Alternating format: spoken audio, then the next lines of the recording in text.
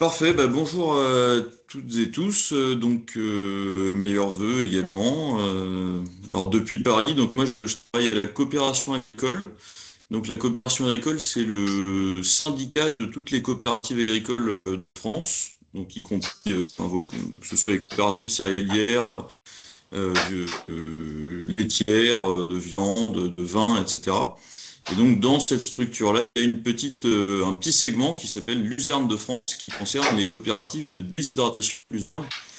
Et donc, on est en fait la seule organisation professionnelle en France qui s'occupe uniquement de Luzerne. Voilà. Donc, on est un petit peu. Il y a du bruit. Je ne sais pas si quelqu'un est en train de déménager pour couper son micro.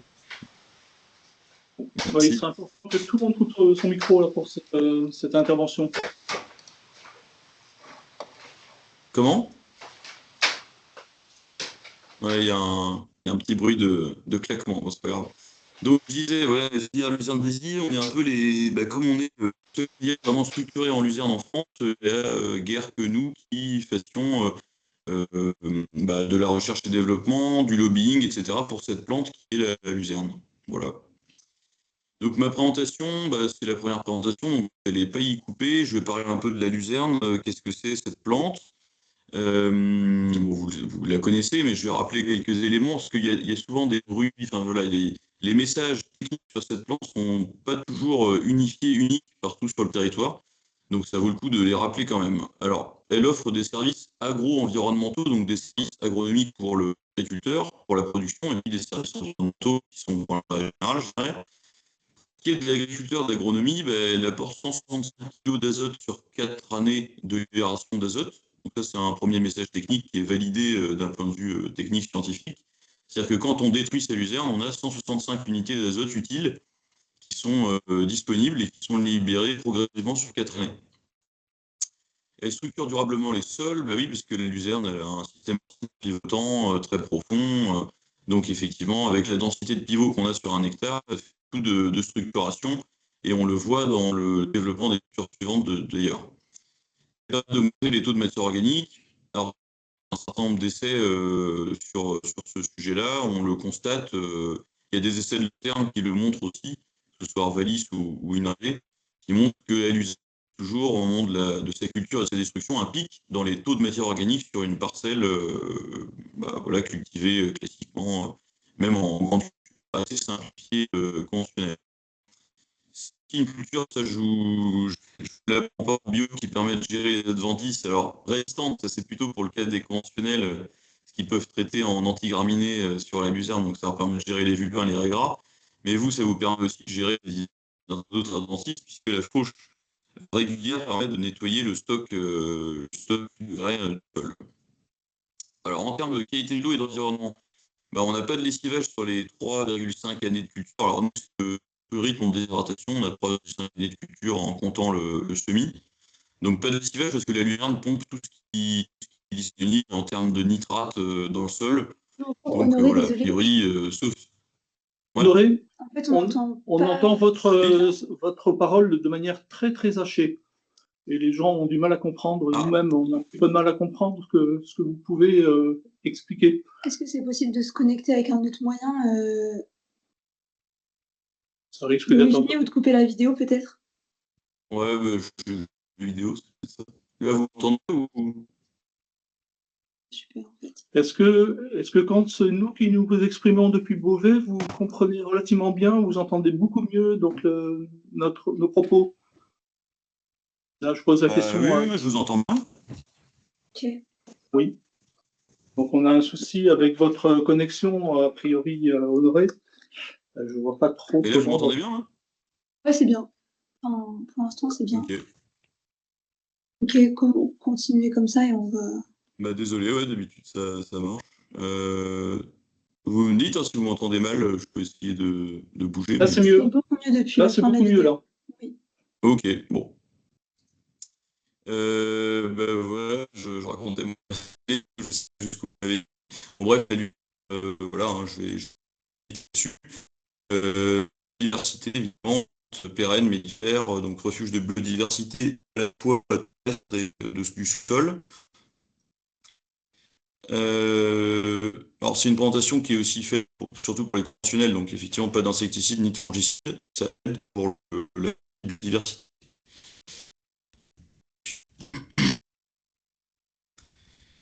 Vous m'entendez toujours? Oui. Là, on est reparti sur quelque chose de très, très haché. C'est pire. Alors, une seconde.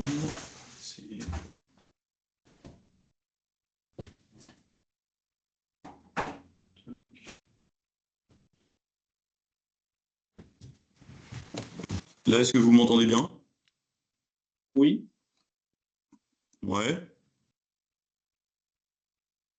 Bon, on va essayer comme ça. Vous me dites hein, si ça. Faites-moi signe, hein, je peux tester des. Mais bon, la connexion Wi-Fi normalement est bonne. Donc, euh, je vais essayer un autre. Je vais essayer un autre truc.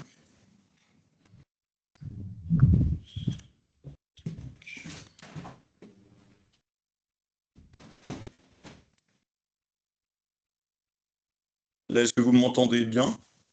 Oui, oui, oui. Là, on vous entend de Ouais. manière distincte. Ok, donc je vais essayer comme ça. Euh, donc là, je vais vous présenter la filière déshydratation. Donc, vous voyez la petite carte sur la droite, là, les petits points, c'est des usines. Donc, on a des usines un petit peu partout en France. On fait 65 000 hectares de luzerne à destination de la déshydratation. Et vous voyez qu'il y en a une grosse partie qui est dans la région Champagne-Ardenne. Donc, c'est à peu près 80% de la production. On a aussi une usine en Normandie, dans le Vexin, deux usines dans le Grand Ouest, et puis dans la partie sud-ouest un petit peu. On fait à peu près 800 000 tonnes de luzerne par an, dont 15% en agriculture biologique. Et nos bassins de production en agriculture biologique, c'est la Seine-et-Marne et le Loiret, principalement.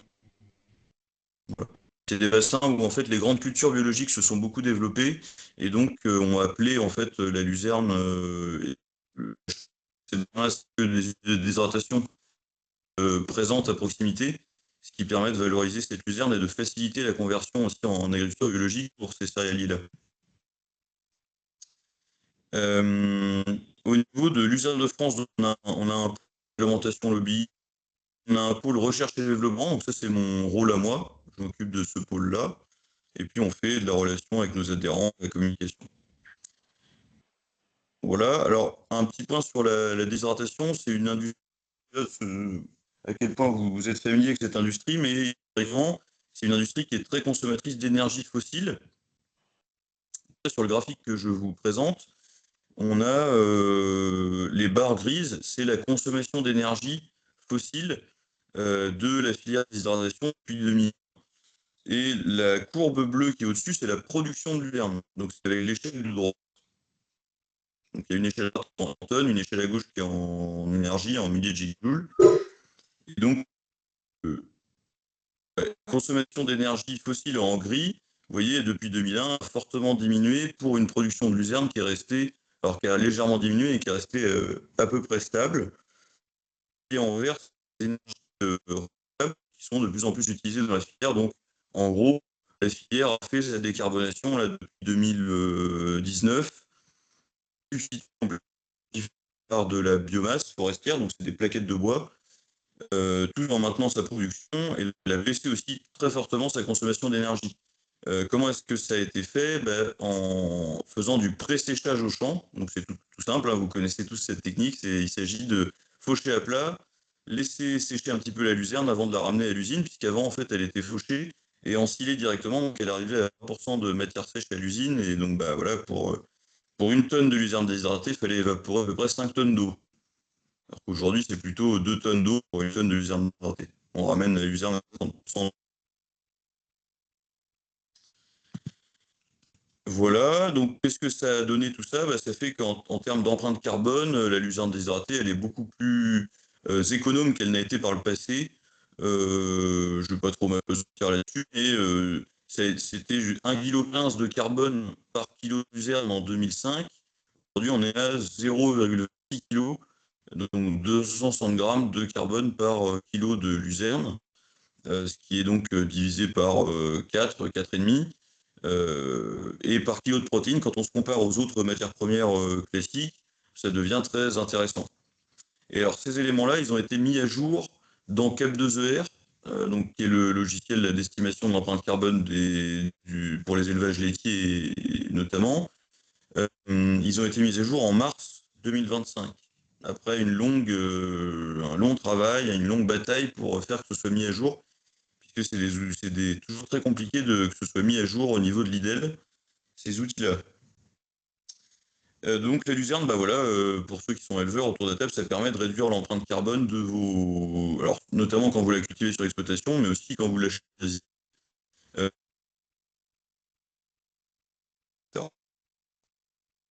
Ce qu'il faut quand même garder en tête, et le message que je voulais... C'est enfin, si Voilà, la ça relâche luzerne trop. n'est pas concentrée... Ouais. Si la Ouais, luzerne je n'est sais pas pas si concentrée... Ouais, tu as une autre solution de connexion, ça commence à vraiment beaucoup rehacher. ben... Non, j'ai pas d'autre solution de connexion. Essayons de poursuivre. Ok.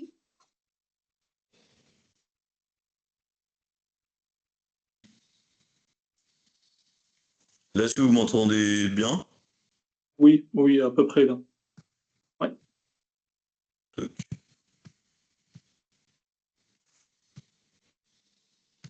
Ouais, c'est mieux là peut-être? Oui, Ouais, ok. Donc ce que je disais, un message important pour quand vous réfléchissez au débouché pour la luzerne, et que ce soit en bio ou en conventionnel, c'est que la luzerne, pour qu'elle trouve son débouché en alimentation animale, il faut qu'elle soit riche en protéines. C'est-à-dire que si on fait une luzerne, que ce soit du foin, de l'enrubannage, de l'ensilage ou du déshydraté, qui n'est pas riche en protéines, sa valeur, bah, voilà, pour les éleveurs, je ne vous apprends rien non plus, mais sa valeur énergétique est faible, sa valeur protéique n'est pas très élevée, et donc on a un produit qui n'est pas du tout intéressant, pas du tout compétitif. Donc il faut vraiment, quitte à faire moins de volume, moins de tonnage, axer sur la qualité. Donc axer sur la qualité, ça veut dire faire une fauche précoce, enfin je crois qu'on va en reparler dans les présentations suivantes, et puis faucher régulièrement sa luzerne, donc autour de entre 30 et 40 jours au maximum, quoi. Voilà, un point sur la filière luzerne, enfin, la luzerne en France. Le graphique que vous voyez sur la gauche, là, c'est les surfaces de prairies artificielles. Donc la prairie artificielle, c'est globalement 90-95%, c'est de la luzerne. Le reste, c'est du trèfle violet, c'est du lotier, des choses comme ça, mais c'est très principalement de la luzerne. Le vert clair, c'est surface conventionnelle, le vert foncé, c'est surface bio. Et donc, ce qu'on voit, c'est que depuis 10 ans, les surfaces ont très fortement augmenté. Et donc, on est passé de 250 000 à plus de 600 000 hectares de prairies artificielles, donc de luzerne, globalement, hein, de luzerne. Et ça a été beaucoup tiré par le bio, puisque le bio représentait 11% en 2014, et aujourd'hui, c'est 30% en 2024, des surfaces de prairies artificielles. Et vous voyez, la petite courbe violette, c'est les surfaces de luzerne pour déshydratation qui sont restées à peu près stables. Et avec une répartition en France de la luzerne, bah, avec forcément la Marne, avec la déshydratation qui est très très... voilà, il y a beaucoup de luzerne. Un peu la région de production de lait de chèvre, la Poitou-Charentes, de Sèvres. Et puis le sud-ouest, région Occitanie, qui est très, très présent également, où il n'y a pas de déshydratation. Donc là, c'est de la luzerne qui est soit utilisée pour l'élevage directement, soit bah voilà, pour des raisons un petit peu diverses et variées. Notamment, on a appelé des choses qui étaient les luzernes retraite. Et c'est les agriculteurs qui, en partant à la retraite, en fait, convertissaient les exploitations en bio, mettaient tout en luzerne, et ça permettait de transmettre parfois à des meilleurs prix. Voilà, d'un point de vue rémunération, parce qu'on m'a demandé de parler un petit peu aussi du marché de la luzerne, des prix de la luzerne et des déterminants du marché. Donc le marché de la luzerne, il suit le marché des matières premières, hein. Il n'y a pas de secret. Donc les matières premières, là c'est une évolution depuis 2005 jusqu'à 2025, donc dans les 20 dernières années. Il y a eu divers contextes. je dirais, il y a 10 ans à peu près, on a eu un contexte 2014-2022 qui était plutôt de stabilité. Donc le rouge, c'est la luzerne, hein, la courbe rouge. Plutôt stabilité, pas d'évolution majeure des prix. En 2022, il y a eu la guerre en Ukraine avec un très fort pic sur toutes les matières premières que vous avez connu sur l'ensemble de vos produits, y compris en bio, hein, si je dis pas de bêtises. Ça, c'est pas des cours bio, hein, par contre, désolé, c'est des cours conventionnels.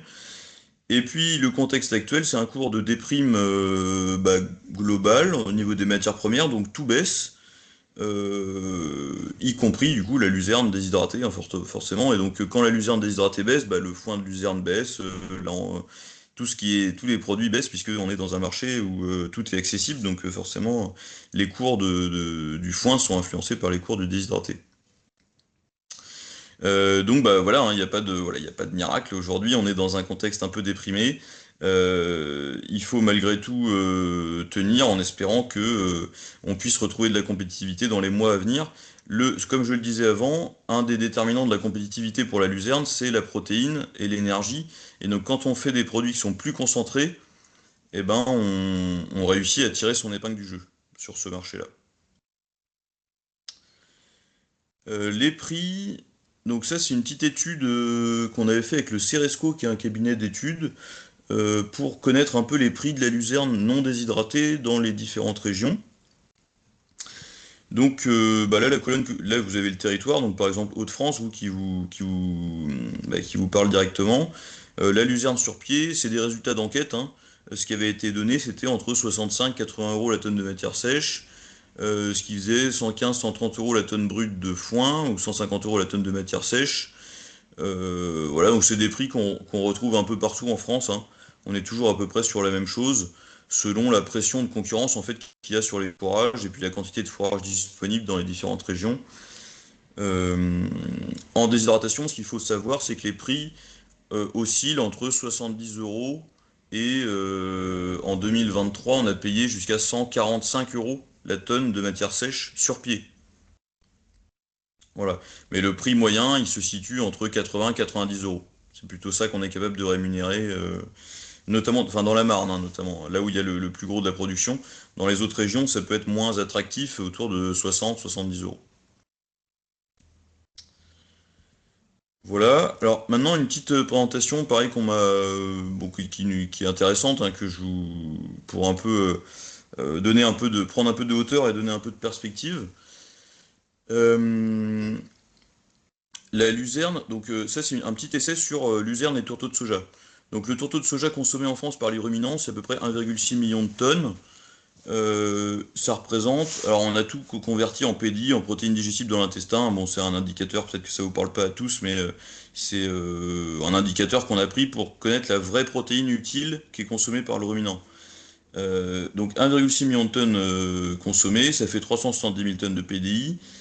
Il y a à peu près 1,5 million de tonnes qui sont importées du Brésil, avec les effets que vous connaissez, ça fait 330 000 tonnes de PDI. Et la luzerne produite en France, c'est 3,4 millions de tonnes à peu près, c'est 284 000 tonnes de PDI. Donc ce qu'on se dit, c'est que qu'est-ce qui se passerait si on augmentait notre production de luzerne, et notamment, par exemple, si elle doublait à peu près, et ben en fait, en faisant, on voit on est à peu près à 600 000 hectares aujourd'hui. Si on faisait 1,2 million d'hectares, et ben en fait, on pourrait compenser tous les PDI qui sont, toutes les protéines qui sont issues du tourteau de soja brésilien. Donc on pourrait se passer d'importation de tourteau de soja brésilien. Toute chose égale par ailleurs, on sait très bien que le tourteau, c'est pas comme de la luzerne, hein, ça s'utilise pas de la même manière. Mais voilà, c'est simplement prendre un peu de hauteur. On n'importe pas tant de tourteaux que ça. Enfin, en tout cas, la luzerne permettrait assez facilement de se passer de ce tourteau. Ça supposerait aussi de changer de système d'alimentation, notamment d'avoir moins de maïs, puisque si on a c'est parce qu'on a du maïs qu'on a du tourteau la plupart du temps. Euh, voilà. Et puis donc un peu en conclusion, un petit bilan sur la déshydratation, donc une filière, la filière que je représente. Donc les freins, pourquoi est-ce qu'on fait pas plus de luzerne déshydratée en France? On a quand même quelques freins, c'est-à-dire que la récolte c'est assez coûteux, exigeant en main-d'œuvre, la conservation, enfin non, pardon, ça c'est les freins justement dans zone où il n'y a pas de déshydratation.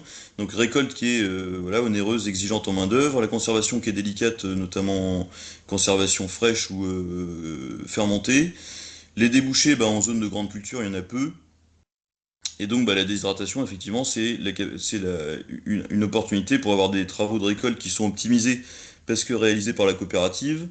Un séchage qui est maintenant décarboné alors qu'il était très carboné par le passé et puis un débouché qui est quand même rémunérateur et qui permet aussi pour l'agriculteur d'éviter en fait tous les travaux de récolte et donc de gagner du temps pour d'autres cultures. Et pour conclure, donc bah, alors j'en ai pas beaucoup parlé de l'azote, mais ça c'est une étude qu'on avait faite, c'est-à-dire que dans une rotation céréalière, cultiver de la luzerne, ça réduit très fortement les besoins en azote, hein, c'est massif dans une rotation conventionnelle, c'est moins 40%, donc en bio, bah, de toute façon voilà, c'est un pilier essentiel, donc vous le savez. Elle joue un rôle essentiel dans l'apport en protéines des élevages ruminants, mais pas que d'ailleurs, hein, mais là on a parlé des ruminants, donc peut contribuer à réduire notre dépendance aux matières riches en protéines importées. Et puis, la déshydratation, c'est une façon d'avoir une synergie entre des exploitations et des régions qui se sont spécialisées en grande culture, mais qui peuvent quand même produire de la luzerne pour des régions qui sont en élevage. Et ce qui permet d'avoir ces légumineuses fourragères qui sont très performantes d'un point de vue environnemental et économique sur des zones de grande culture où elles n'étaient pas disponibles avant, quoi. Bon, après, avec des questions qui se posent sur bah, le développement de cette filière, le prix d'intérêt pour les éleveurs, de la luzerne déshydratée, parce que les coûts de production sont quand même très élevés, et puis le seuil de rentabilité pour les céréaliers. Voilà, j'espère que vous avez quand même pu entendre la présentation, à peu près. Ouais, à la fin, c'était très clair, la connexion a bien marché. Ah, Donc, très bien, super, ok. on va retenter plusieurs choses. Il y a plusieurs questions dans le chat. Merci beaucoup pour ta présentation. La première question, c'est est-ce que la DESI d'Ardivilliers, dans 60, va-t-elle voir le jour? Et si oui, à quelle échéance? Alors, la Daisy dans le 60, c'est à côté de Breteuil, c'est ça? Ça doit être ça? Dans l'Oise, quoi. Oui, c'est ça. Ben, est-ce qu'elle va voir le jour? Je le souhaite. Le permis de construire a été accepté, là, aux dernières nouvelles que j'ai eues. Donc a priori, oui, ça devrait le faire. Cette Desilas, c'est une technologie qui est encore pas existante sur le marché, enfin dans la filière, dans le monde en fait. Hein. Je pense que ce sera une première mondiale. C'est comme un séchage en grange robotisé, industrialisé. Donc voilà, nous c'est une technologie qu'on ne connaît pas encore et bah, on espère que que ça va fonctionner, que ça va être aussi une source d'inspiration pour d'autres infrastructures à monter qui soient sur le même principe, parce que c'est très économe en énergie, donc ça pourrait être très pertinent. Mais j'ai pas plus, c'est pas nous qui portons le projet directement. Ok. Est-ce que ça suffit comme réponse, Thomas? N'hésite pas à prendre la parole. En attendant, il y avait Joseph qui demandait pourquoi tout à l'heure tu as parlé du contexte actuel déprimé. Et donc la question c'est qu'est-ce qui a changé depuis 2022 et est-ce que c'est lié à l'augmentation des surfaces? Euh, alors, qu'est-ce qui a changé depuis 2022? Bah, c'est les cours, en fait. Euh, en fait, on peut pas décorréler le cours de la luzerne déshydratée. Alors, moi, je parle de luzerne déshydratée, mais le cours de toutes les matières premières agricoles est lié parce qu'en fait, les matières premières sont substituables entre elles. Donc, si la luzerne déshydratée est trop chère, on va mettre du tourteau de tournesol et puis de la paille, par exemple. Ou on va mettre du tourteau de tournesol et euh, du, euh, des issues de céréales, ou enfin voilà, on va toujours pouvoir substituer. Donc en fait, les matières premières sont toutes liées d'un point de vue court sur les marchés mondiaux, et donc le marché français. Donc qu'est-ce qui a changé? Bah, en fait, il y avait eu un peu une crise de confiance en 2022 qui a fait que ces prix ont très très très fortement augmenté. Mais aujourd'hui, voilà, c'est des pics un peu de spéculation. On avait peur que les céréales soient plus disponibles, qu'il y en ait moins sur le marché. La récolte de tourteaux en plus n'avait pas été bonne, donc ça faisait beaucoup de signaux qui ont fait que les prix ont fortement augmenté. Et aujourd'hui, voilà, tous les signaux sont au vert. On n'a jamais produit autant de soja, on n'a jamais produit autant de blé. Donc ça influence directement notre marché luzerne. Et donc, comme je disais, pour se différencier un petit peu, notamment en bio, parce que ça, j'en ai pas parlé, en bio, la luzerne déshydratée, c'est quand même un moyen de faire de la protéine pas chère, puisque la luzerne, globalement, les coûts de production sont quand même. Quand on voit le coût du morceau de soja bio, on réussit quand même à faire une luzerne qui soit, je sais pas, 23% de MAT. Alors c'est pas évident en bio, hein, il faut faire des fauches très fréquentes, mais 23% de MAT, on pourrait la sortir à 300 euros rendu ferme, alors qu'un tourteau de soja, il va être à 1000 euros. Donc on voit que voilà, avec 2 tonnes de luzerne, on a déjà l'équivalent, quoi. Donc on peut tirer son épingle du jeu, mais c'est les taux de protéines qui font un peu le juge de paix là-dessus. Euh, Je sais pas si j'ai répondu à la question. Oui, je pense, oui. Il y a Merci. une suite un peu à la première question, c'est vous avez dit que c'était pas vous qui portez le projet. Est-ce que vous avez une idée de qui le porte? Oui, alors c'est des agriculteurs en fait qui portent le projet, hein. C'est un collectif d'agriculteurs. Donc, je peux vous donner. Moi, en tête, j'ai le nom de l'agriculteur enfin du couple qui est un peu à l'initiative de ça. C'est Julien Lefebvre. Alors, je sais plus que le prénom de sa femme, mais c'est le couple Lefebvre. Et puis le porteur de projet côté industriel, c'est Eric Liebel, donc c'est Desu Industrie, qui est un acteur qui monte des séchages en grange avec une technique de déshumidification. Ok. Peut-être rappeler quand même que, à l'image de ce qui se fait en Désy, le projet sur Breteuil concerne principalement des parcelles de luzerne qui seront à proximité de Breteuil, dans un rayon maximum de 20 ou 30 km, je crois. C'était un petit peu ça l'idée, c'était de trouver à peu près 1000 hectares sur ce rayon-là, quoi. Voilà. Projet qui, pour l'instant, s'était heurté à quelques difficultés administratives pour la mise en place de l'unité en question, mais qui visiblement a reçu les feux verts récemment. Ouais.